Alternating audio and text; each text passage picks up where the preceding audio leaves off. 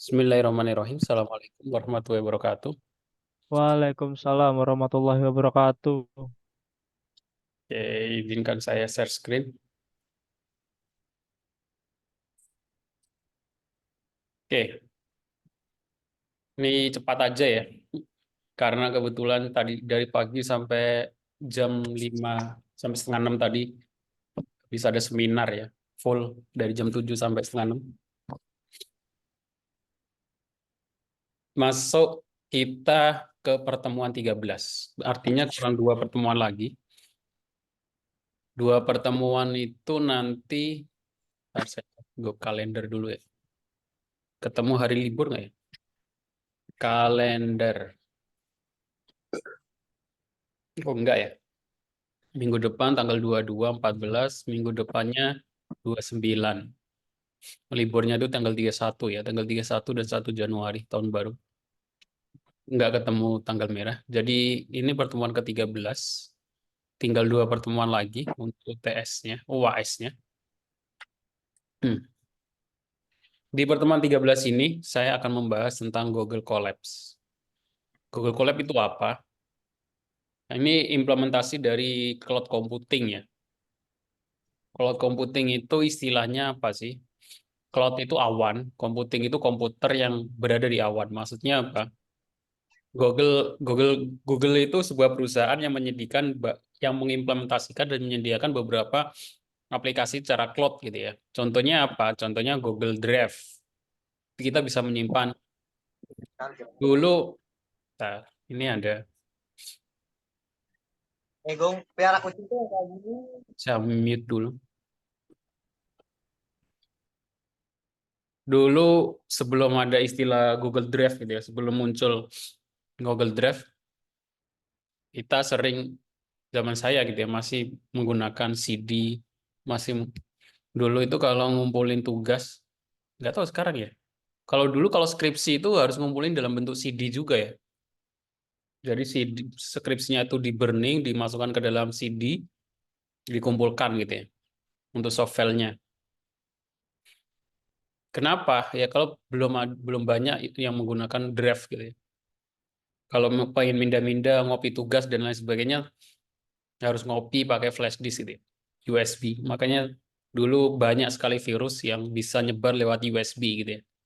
Tapi dengan sekarang, dengan adanya Google Drive, flash disk itu jarang muncul sekarang ya. Tinggal apapun filenya, kita tinggal minta dengan linknya saja yang dikirim. Nah, termasuk juga aplikasi-aplikasi yang kita install. Sekarang kalau kita pengen menggunakan Word gitu ya, kita harusnya nggak perlu install sih ya. Kita tinggal buka Google Chrome, kita install, kita tinggal bisa menggunakan layanan dari Google, namanya Google Dokumen, ya kan? Kita tinggal buat Google Dokumen. Keuntungannya apa kalau kita pakai Google Dokumen? Kita nggak perlu install dibandingkan dengan Microsoft Office gitu ya. Office itu aslinya kan berbayar, idealnya kan bayar. Kalau kita install itu kan kalau nggak bayar ya artinya bajakan ya. Bajakan itu kalau idealnya itu udah masuk pidana ya, pidana atau perdata ya. Yang penting bisa didenda gitu ya. Kalau kita pakai Google Dokumen kan nggak berbayar. Sebenarnya aplikasi apa dan fungsinya sama.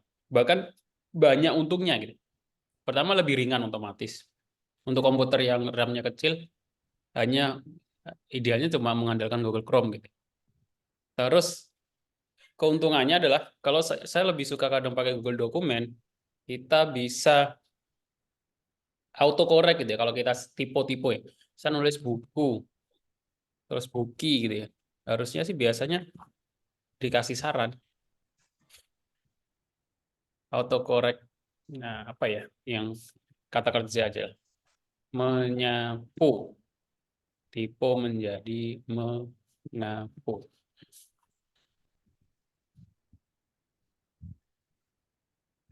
Nah, biasanya ini ada autocorrect. Nggak jalan ya koneksi internetnya. Keuntungannya itu kadang, jadi kalau saya nulis jurnal atau apapun, biasanya saya, apalagi yang berbahasa Inggris, ya lebih mudah gitu ya. Jadi biasanya saya taruh di Google Dokumen itu untuk supaya apa? Supaya nggak terkena typo gitu. Typonya bisa dihandle dari Google Dokumen. Seperti itu. Termasuk juga baru kita masuk ke materi kita, yaitu Google Colab. Termasuk dalam hal pemrograman. Jadi sebelumnya kalau kita membuat program harus menggunakan VS Code. Nah, Google juga sudah menyediakan IDE ya, atau IDE itu ya seperti Visual Studio Code itu yang kita bisa pakai, kita akses dengan secara online. Namanya apa? Namanya Google Colab.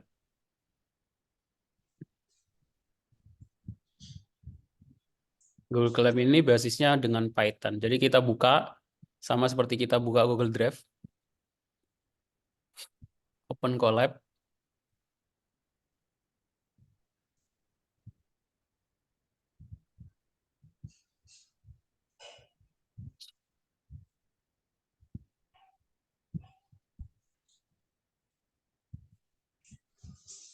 Saya new dulu ya.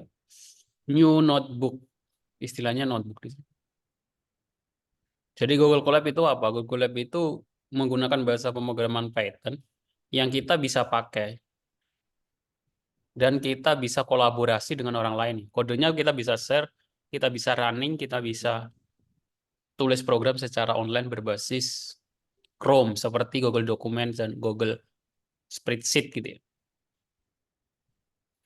Nah, kemarin kita sudah belajar tentang cara membaca file CSV, menjumlahkan dan lain-lain.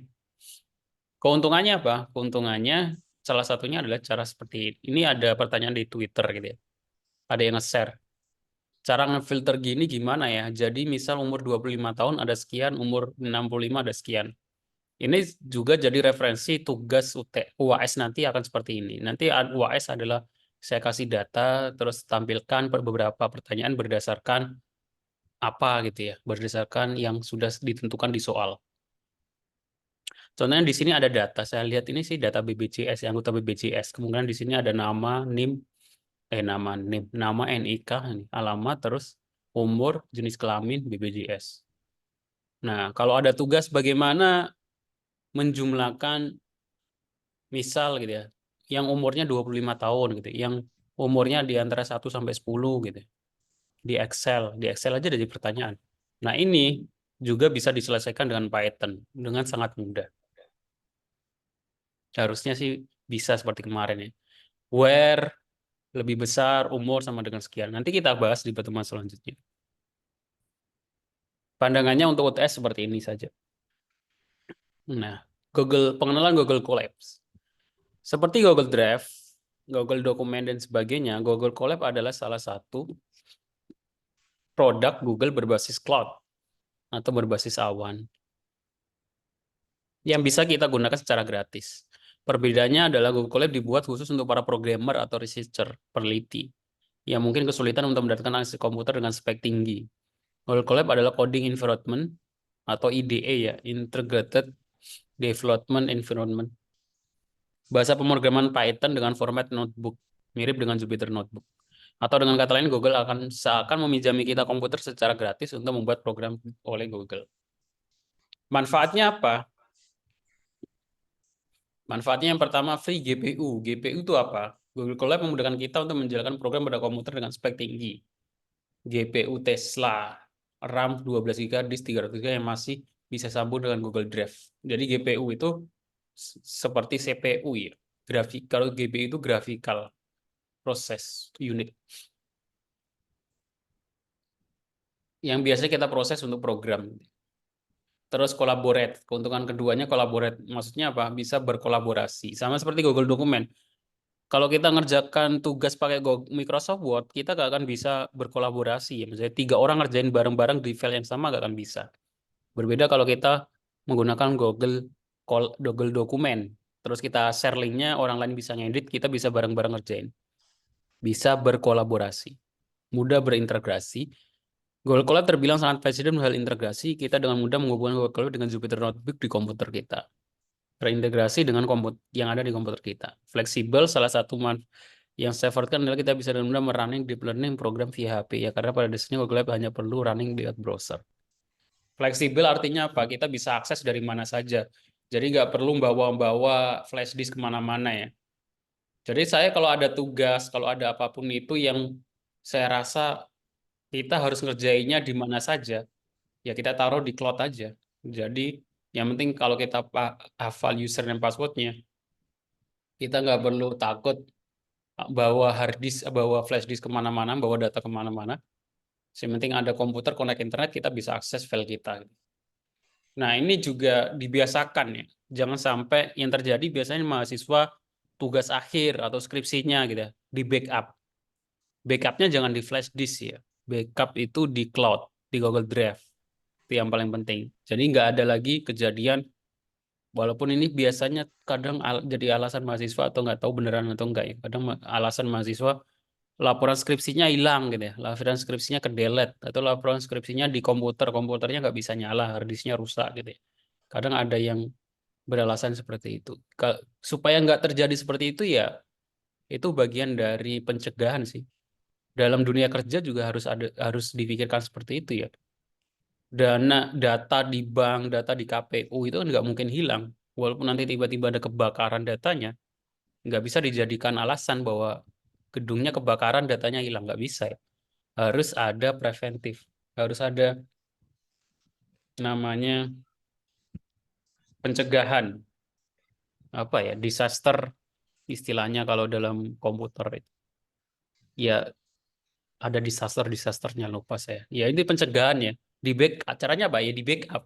Di backupnya jangan di satu tempat, di backupnya di tempat lain. Kalau bisa ditaruh di drive. Sehingga ketika terjadi bencana atau apapun, datanya masih ada. Cara penggunaannya tadi sudah saya kasih tahu ya. Tinggal kalian search aja Google Colab atau linknya sebenarnya colab.research.google. Untuk membuat notebook, kita tinggal klik New Python. Nah, nah ini tampilan awalnya seperti ini ya. Kita nulis programnya di mana? Di sini. Contohnya print hello world. Print, buka kurung, hello world. Kita klik run. Dia akan running, connecting.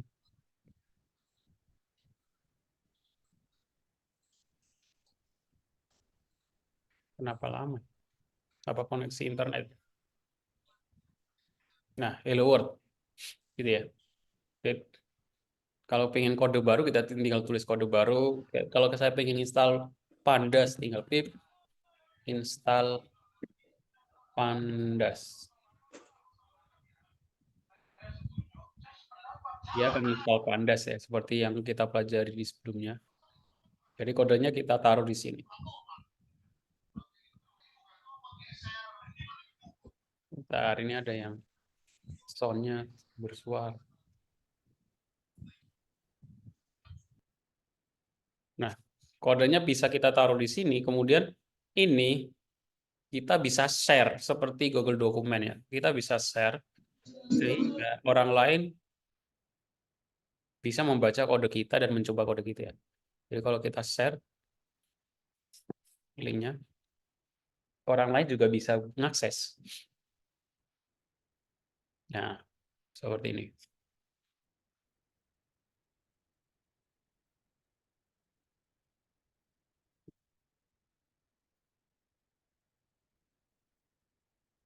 Nah, apa itu GPU?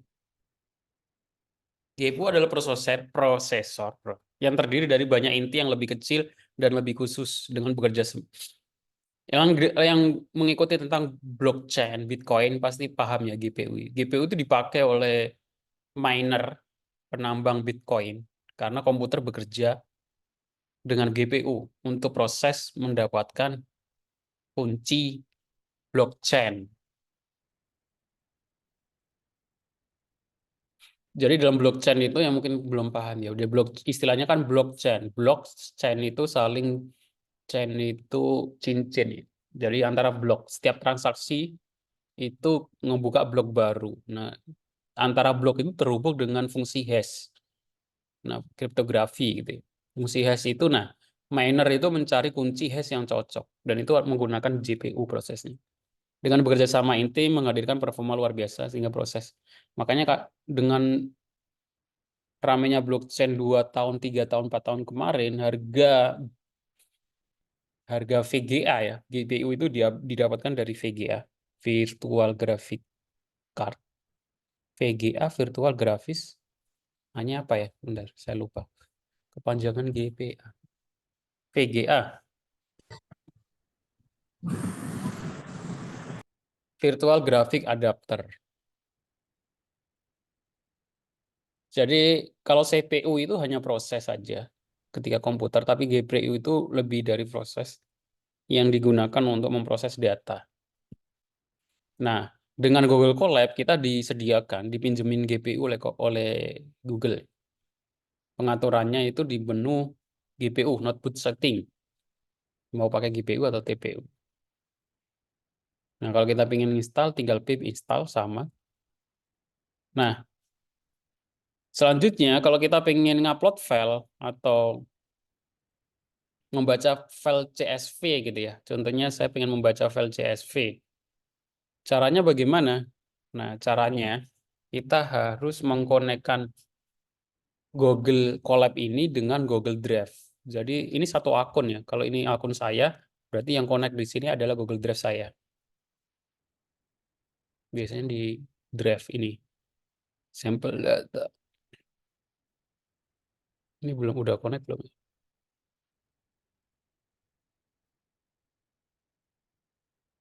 Kita klik logo Google Drive, biasanya dia akan, nah ini ada muncul permit di notebook to access Google Drive file. Kasih permisi untuk notebook untuk ngasih Google Drive. Dia akan memonting, menghubungkan dengan Google Drive.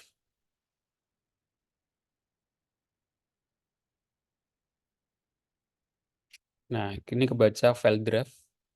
Nah, di sini My Drive ini adalah semua data di Google Drive kita. Sintaknya itu juga seperti ini. From Google Colab,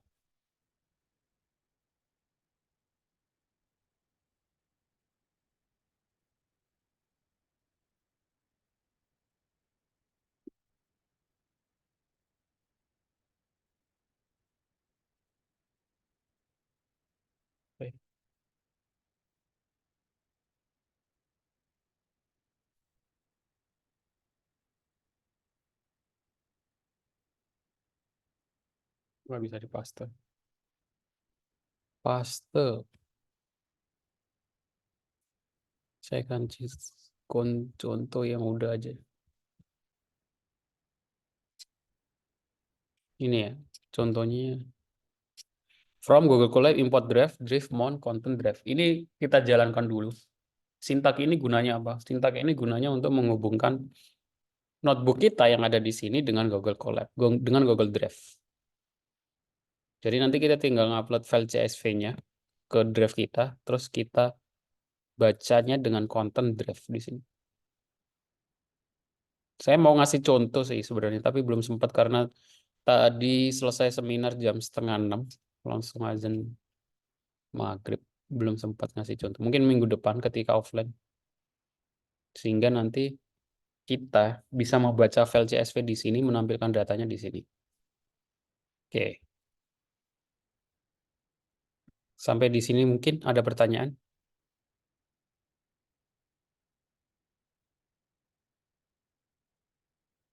Kira-kira ada pertanyaan?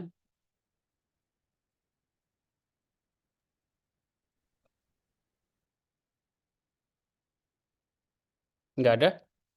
Tidak ada, Pak. Ya, kalau nggak ada, silakan dicoba dulu Google Colab-nya, bikin akun. Nggak perlu bikin akun sih. Kalau udah punya akun Gmail, ya udah bisa mengakses Google Colab. Jadi kalian bisa ngerjakan tugas sebenarnya dari sini. Kenapa nggak saya kasih tahu dari awal? Ya supaya bisa dulu pakai Visual Studio Code gitu ya. Kalau langsung pakai ini nanti nggak nggak ideal. Kadang ada beberapa dosen yang langsung ngajarkan Google Colab ya. Tapi bagi saya nggak saya sarankan ya. Harusnya pakai Visual Studio Code dulu, baru kalau sudah terbiasa harus pakai Google Colab. Itu bukan apa inisiatif saya sih. Saya baca di beberapa diskusi gitu ya dari orang di beberapa orang luar negeri itu memang nggak menyarankan langsung kalau orang awam belajar langsung dengan Google Colab, tapi pakai IDE dulu, Visual Studio Code. Kalau sudah terbiasa baru bisa menggunakan Google Colab. Oke, saya kira cukupkan perkuliahan kita hari ini. Terima kasih untuk yang sudah datang. Kita ketemu lagi minggu depan offline ya. Offline terakhir sebelum nanti online di akhir tahun tanggal 30. Oke, terima kasih. Saya akhiri. Assalamualaikum warahmatullahi wabarakatuh.